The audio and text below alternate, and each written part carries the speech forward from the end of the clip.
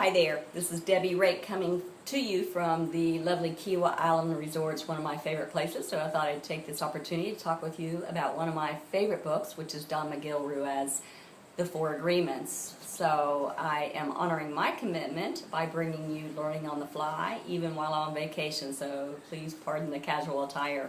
Let's jump right into it.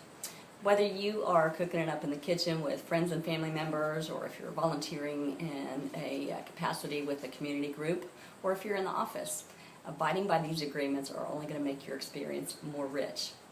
So the first agreement is being impeccable with your word, and this goes beyond just being honest and limiting yourself from stretching the truth or maybe some white lie telling.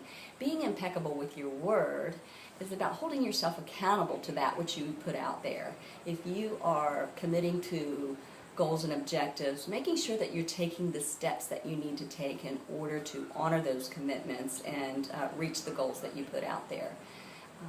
Stand for what you speak and make sure that you are producing.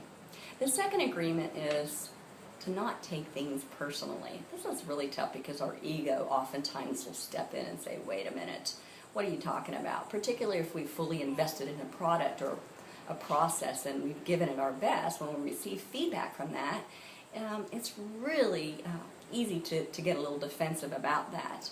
But if you can learn to separate the feedback from a personal attack, you'll recognize that that feedback may be able to even improve your product or your outcome even better. So separate those two and don't think it's a personal attack.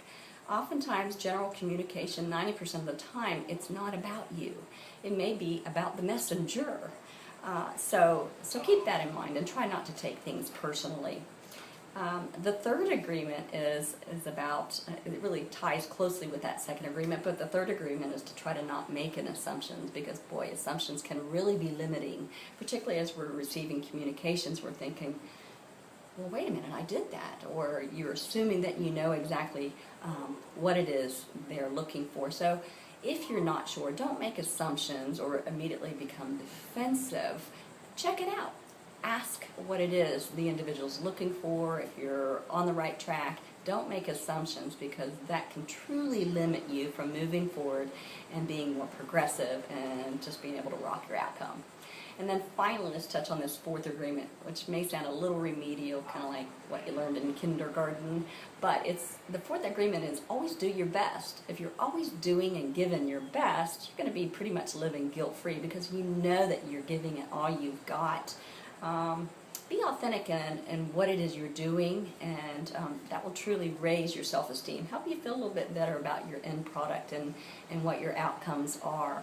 Those are awesome agreements to live by. I hope you like them.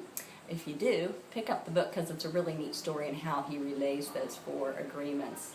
I appreciate you taking the time out and listening to the message, and I hope you have a great day. Thanks.